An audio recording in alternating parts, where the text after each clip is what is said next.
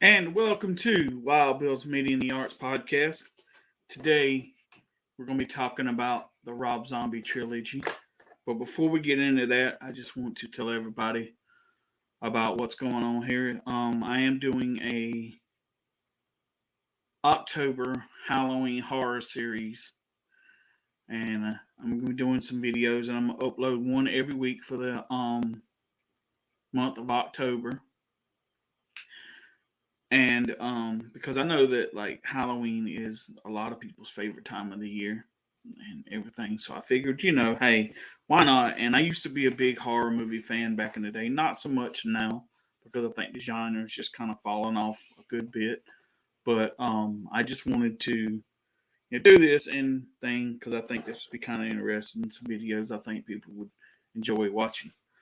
So today we're going to talk about the Rob Zombie trilogy: House of a Thousand Corpses, The Devil's Rejects, and Three from Hell. If you look up on the front, up on the cover, up on the screen up here, I'm sorry, you will see the steel book, exclusive to Target here, the Rob Zombie trilogy. Exact same thing I have right here. Sorry about the glare. Um,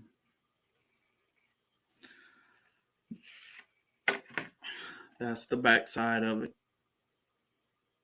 which I think is really cool looking. Sorry, got my finger in the way there.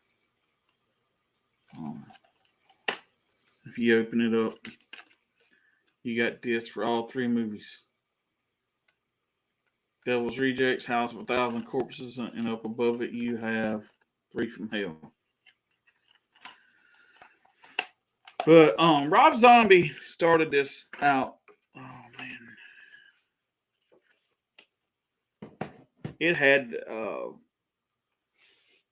House of a Thousand Corpses was the first movie he did, and it was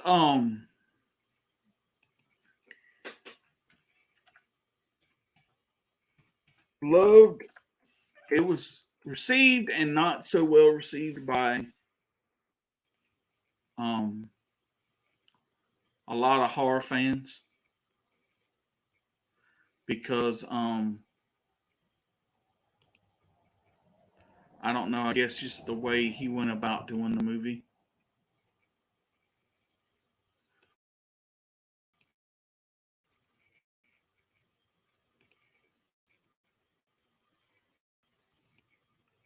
But anyway, so it's basically a movie about these teenagers who go on this kind of like cross country adventure, stopping in these weird places, and it's supposed to be writing a book on it.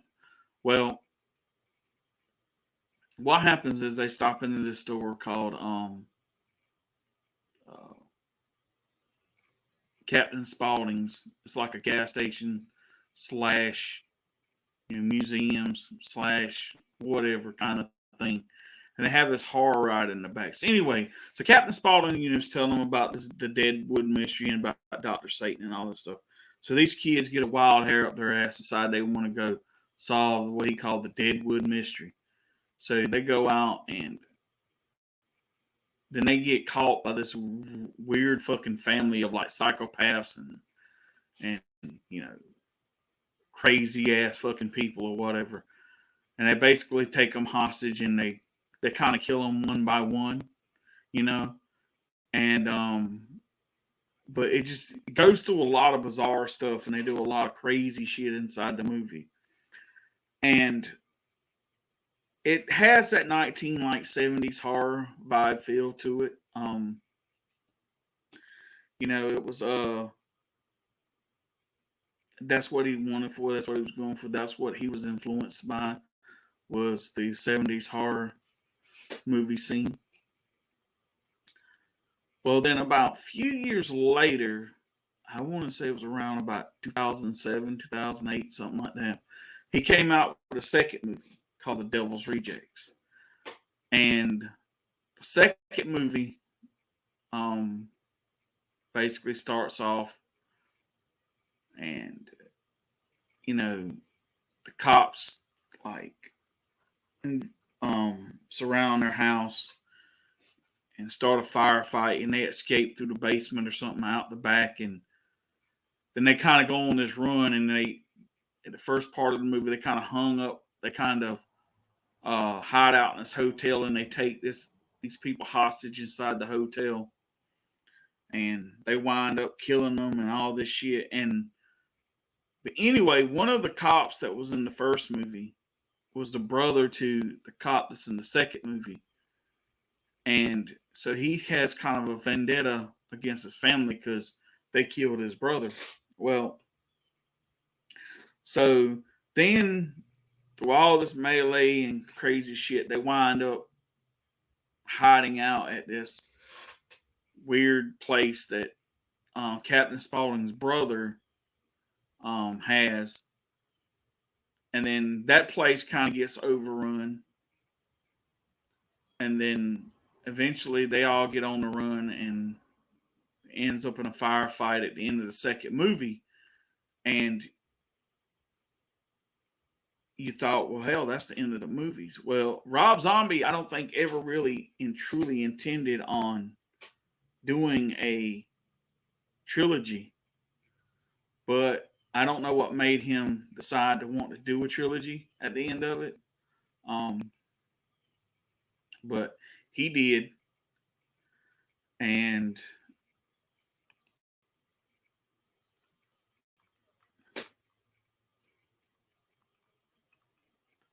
and basically it kind of takes off with them guys in prison and everything.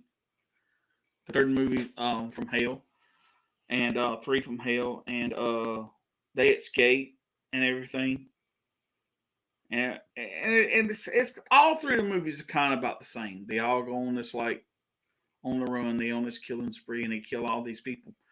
But the first movie and the third movie, um, a lot of people, some fans love the first and second movie.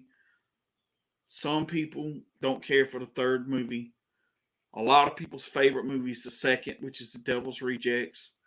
But Rob Zombie basically um, set up like Captain Spaulding is probably everybody's favorite character out of these shows, and he was just this funny clown with a lot of wisecracks, but he was a psychopath, and it's kind of hard to explain unless you watch the movies. And it's but to me, I think the first two movies are really great. The third movie, so.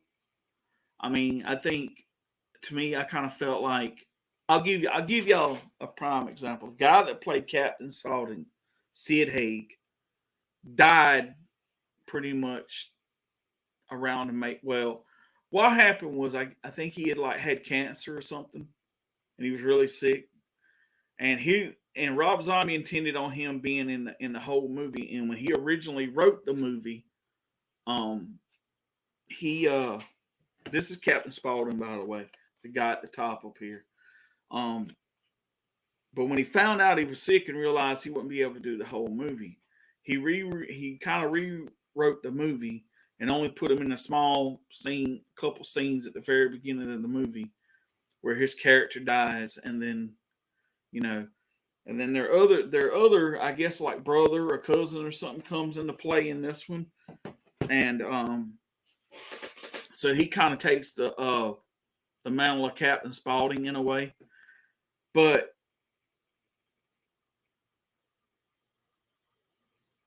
um, but he was just so reliable character. Captain Spaulding or Sid Haig, the actor that plays him, that when the third movie come out and a lot of people realized that he wasn't going to be in the movie, but just a few minutes in the beginning of the movie, a lot of people had already was kind of like, yeah, I don't know if this movie's going to be any good. And here's my whole thing, and I tell people this: you always have to go into a movie with an open mind. Okay, like that's how I approach every movie. Even if I know that I'll give you an example. My brother, like, say he's watching a TV series, and one of the main characters die off, or they leave the show or something. He's like, "Oh, this show ain't gonna be no good now without that person gone." You know, it won't last long. And maybe he's right to a certain extent on some things, yeah. But I have known series to go on without a main character and last, you know, 3 or 4 or 5 seasons sometimes. It just depends. Like, I give an example, and this is way off topic, but the show Vikings, when Ragnar dies at the end of the fourth season, they did a fifth and sixth season, and where it finished telling the story with his sons kind of taking up the mantle or whatever. So it was still a great show. Um, my whole thing is that, like, a lot of these movies, I guess so many people have high expectations of certain things, and when they don't, and when them high expectations are no longer filled, they are they automatically want to jump to the thing to where I'm not gonna watch it if such and such ain't gonna be in it, or I'm not gonna do this, or I'm not gonna do that, or I'm not gonna support that anymore. Why? Because such and such character's gone. That was kind of like the TV series The Ranch, when the one character Rooster there died. I forgot the guy that played his name now because it's been a little bit. But everybody kind of wrote that show off, but it was still had some good episodes and stuff left without him going in it and stuff. Once I invest my time in something, I want to finish it out, and that's what I did with this trilogy. I invested. At first, I've got to be absolutely honest with you. The first time I saw Devil's Rejects, or not Devil's Rejects, but House of a Thousand Corpses, I thought it was like, this movie's kind of lame. But at the time when I watched it, I had a lot going on in my life at the time and everything, and so I just sort of kind of just watched it. So one day, I actually sat down and I said, "You know what? I'm not going to judge this movie until I actually sat down with nothing to do with, you know what I'm saying, when I got the free time, I could sit here and watch it." And I wound up loving the movie after I watched it. Actually got to go through and watch it, and I was like, damn, Rob Zombie's got a brilliant mind. And then he did The Devil's Rejects, right? Not too long after that, and I thought that movie was just phenomenal, man. And like I said, a lot of people just love that movie, The Devil's Rejects, the sequel to it. Then he went on to do Halloween and a few other movies, and then he come back and did the closing, the trilogy to this. Um, and actually, the way they ended this movie, they could actually be a part four, which I doubt they will be. Um, but then again, with Rob Zombie, you never know. But if you like gore, if you like, kind of comedy in with your horror, if you like just like all out kind of like psychopathic kind of movies, this trilogy is right down your alley. I mean, it's just a bunch of crazy fuckers, man, doing a bunch of crazy shit and just killing motherfuckers like you never even think of or whatever. But they're great movies, man. They're not. I mean, I doubt you're ever gonna see them on, like, these are not kind of movies that are gonna win awards or anything like that.